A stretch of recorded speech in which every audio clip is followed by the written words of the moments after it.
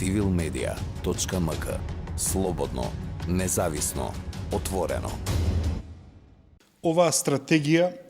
е жива и функционира и покрај огромните предизвици со кои што се соочи. Стратегијата беше донесена во еден долг процес на вклученост, ангажмани, соработка на многу инстанци, многу владини институции, министерства, многу државни органи кои што не се дел од извршната власт, секако беше вклучена и домашната и странската експертска јавност и преку 140 невладини организации. Направивме и меѓународна рецензија на стратегијата и во таа смисла и нивните забелешки ги вградивме, секако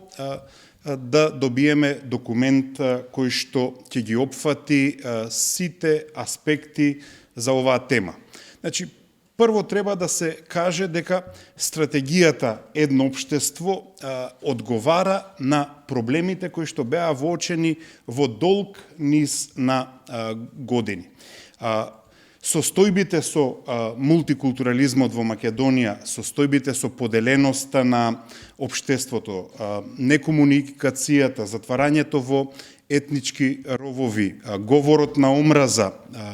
и дискриминацијата се воочуваа од меѓународните извештаи, од домашните тела и организации кои што ги наблюдуваа состојбите и во таа смисла препораките десетина години наназад беше тие прашања да се адресираат.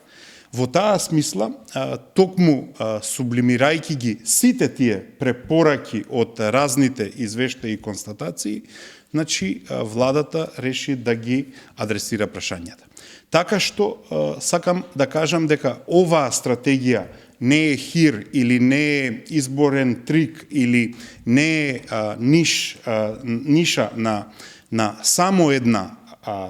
политика на власт. Со овие проблеми кои што се генерички, треба да се бави целото општество и треба да се бават и оние кои што се во опозиција, не само актуелната власт, бидејќи, велам, прашањата и проблемите и предизвиците на кои што ние со стратегијата се обидовме да дадеме одговор, се однесуваат на сите граѓани. Во таа смисла, стратегијата откако беше донесена, значи во 2020 година почна со својата имплементација и веднаш се соочивме со предизвикот наречен пандемија и поради тоа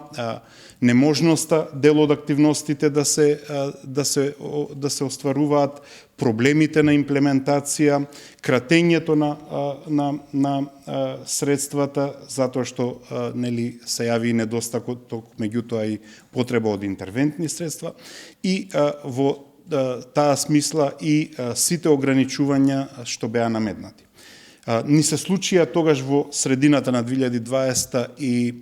избори, тие исто така влијаеа на стратегијата и на низината имплементација, затоа што телата кои што се бават со имплементацијата се меѓуресорски тела кои што имаат преку 30 на разни членови од различни институции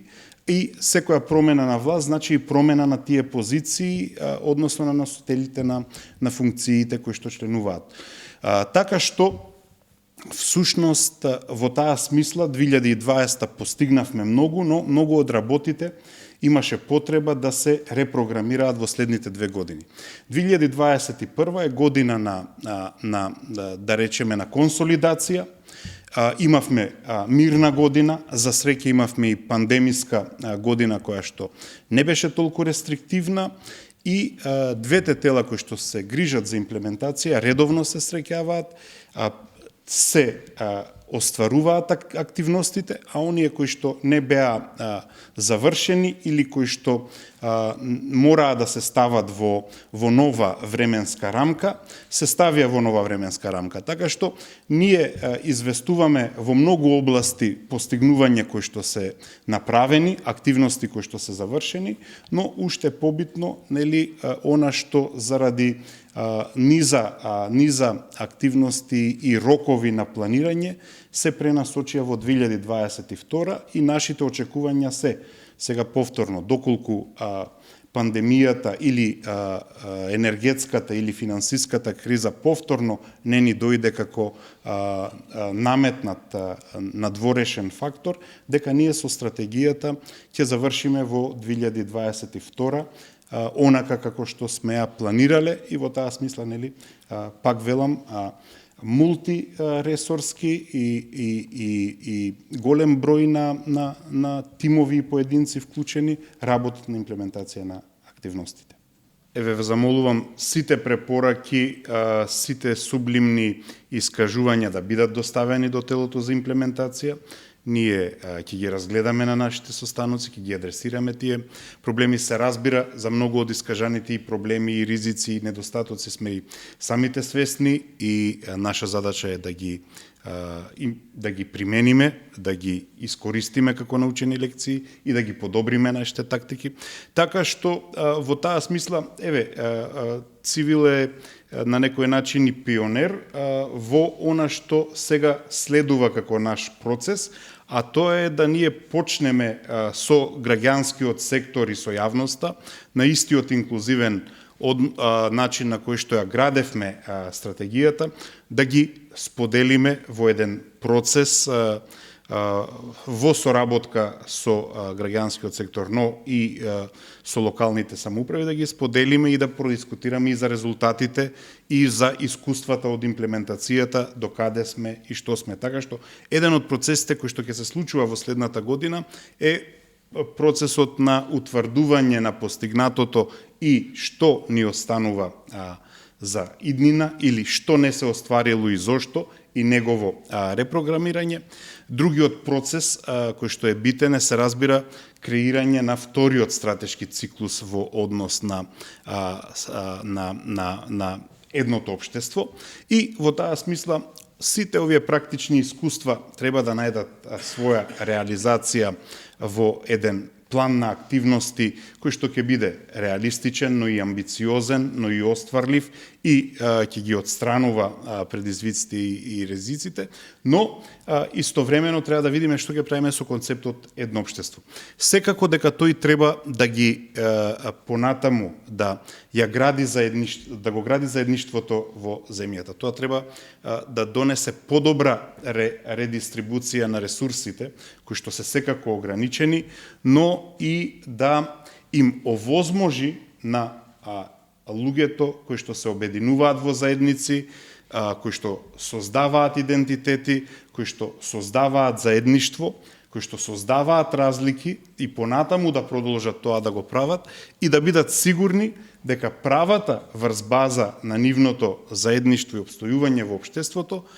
се реализира без да создава конфликти, без да создава омраза и без да создава поделби и дискриминација. Така што